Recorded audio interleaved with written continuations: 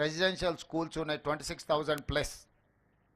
26,000 పాఠశాలలలో విద్యార్థులు చదువుకుంటున్నది 23 లక్షల మంది.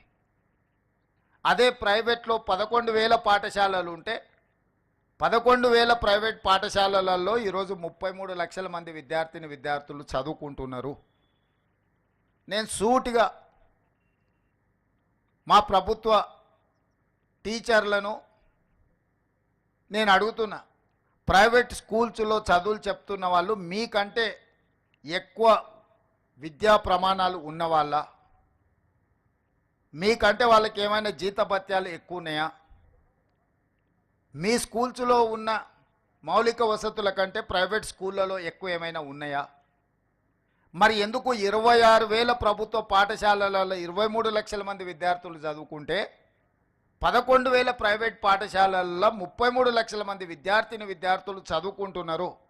గ్రామాలలో పేదవాళ్ళు కూలికి పోయి అయినా సరే కూడబెట్టి పిల్లల్ని ప్రైవేట్ పాఠశాలలకు పంపించాలి, ఇంగ్లీష్ మీడియంలో చదివించాలని వాళ్ళు నానా తాపత్రయపడుతున్నారు. నిజంగా మనందరి బాధ్యత ప్రభుత్వ పాఠశాలలో నాణ్యమైన విద్యను అందించడం ద్వారా ఈ పిల్లల్ని డాక్టర్లుగా, లాయర్లుగా, ఇంజనీర్లుగా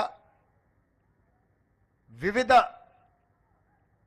సబ్జెక్ట్స్లో వీళ్ళని నిపుణులుగా తయారు చేసి ఈ దేశ సంపదగా వీళ్ళని మారుస్తే ఈ రాష్ట్ర భవిష్యత్తు కాదు, ఈ దేశ భవిష్యత్తు, ప్రపంచానికి విజ్ఞానాన్ని అందించగలిగిన శక్తి మన విద్యార్థులకు ఉంది. ఈరోజు అమెరికాలో ఉండే సిలికాన్ వ్యాలీకి వెళ్తే మన తెలుగు వాళ్ళు 60% ఉంటారు. ఈ మల్టీ టాలెంటెడ్ స్టూడెంట్స్ని మీరు ఎందుకు గవర్నమెంట్ రెసిడెన్షియల్ స్కూల్స్లో, ఎందుకు గవర్నమెంట్ స్కూల్స్లో నుంచి మనం ప్రొడ్యూస్ చేయలేకపోతున్నాము? ఎందుకు వెనుకబడుతున్నాము? మనం ఎందుకు ఆత్మ పరిశీలన చేసుకోకూడదు? మనం ఎందుకు ఇది మన బాధ్యత అని మనం ఆలోచన చేయకూడదు?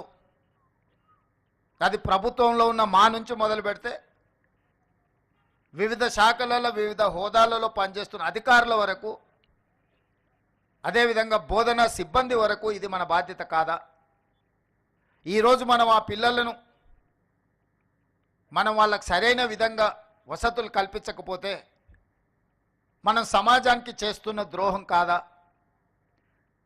ఈరోజు వెల్ఫేర్, డెవలప్మెంట్ 2 కళ్ళ లాంటివి. కానీ వెల్ఫేర్లో పెట్టేది ప్రతి పైసా ఖర్చు కాదు. ముఖ్యంగా విద్యాశాఖ మీద, విద్యార్థుల మీద మనం పెడుతున్న పెట్టుబడి ఖర్చు కాదు, అది భవిష్యత్తు కోసం పెట్టుబడి. భవిష్యత్తు పునర్నిర్మాణంలో తెలంగాణ రాష్ట్రం అభివృద్ధి సాధించాలి అని అంటే అది పెట్టుబడిగా చూడాలి. ఈరోజు మన వెల్ఫేర్ హాస్టల్స్లో వాళ్ళ కోసం విద్యార్థులకు ఇస్తున్న డైట్ ఛార్జెసో, లేకపోతే కాస్మెటిక్ ఛార్జెసో, లేదా ఇన్ఫ్రాస్ట్రక్చర్ మీద, అవి స్టేడియంలు కావచ్చు, వాళ్ళకున్న వసతులు కావచ్చు. చాలాసార్లు టీవీలలో, పేపర్లలో చూస్తుంటాం, వందలాది మంది విద్యార్థులు ఉంటారు, 4 టాయిలెట్స్ ఉన్నాయని పెద్ద క్యూ చూపిస్తుంటారు.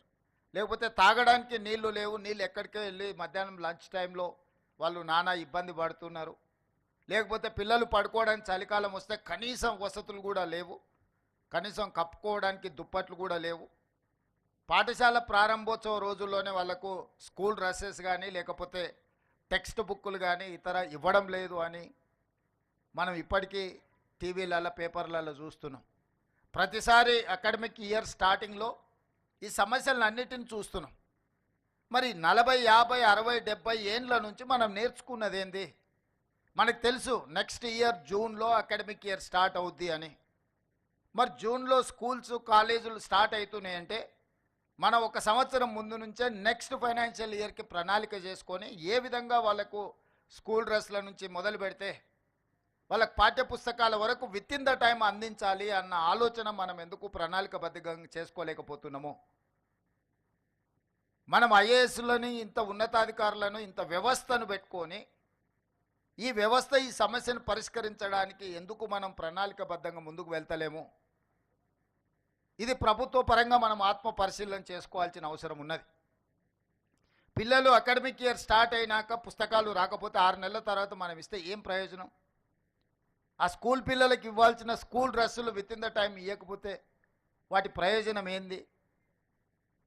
ఇట్లాంటి సమస్యల్ని, ప్రతి సంవత్సరం వచ్చే సమస్యలు శాశ్వతంగా వీటికి ఒక పరిష్కారం చూపించాల్సిన బాధ్యత పాలకుల మీద, ప్రభుత్వం మీద ఉన్నత అధికారుల మీద ఉన్నది. ఈ బాధ్యత నుంచి మనం తప్పించుకోలేము, ఈ బాధ్యత నుంచి మనం పారిపోలేము. ఈ బాధ్యతను సామాజిక బాధ్యతగా మనం తీసుకోవాల్సిన అవసరం ఉన్నది. అదేవిధంగా నిన్న మనం చాలా హాస్టల్స్ వీటిలో ఫుడ్ పాయిజన్ అయినట్టు పిల్లల్ని హాస్పిటల్కు తీసుకెళ్ళి ఈ మధ్యకాలంలోనే ఒక అమ్మాయి చనిపోవడం అనేది ఆ తల్లిదండ్రులకు ఎంత బాధ ఉంటుంది.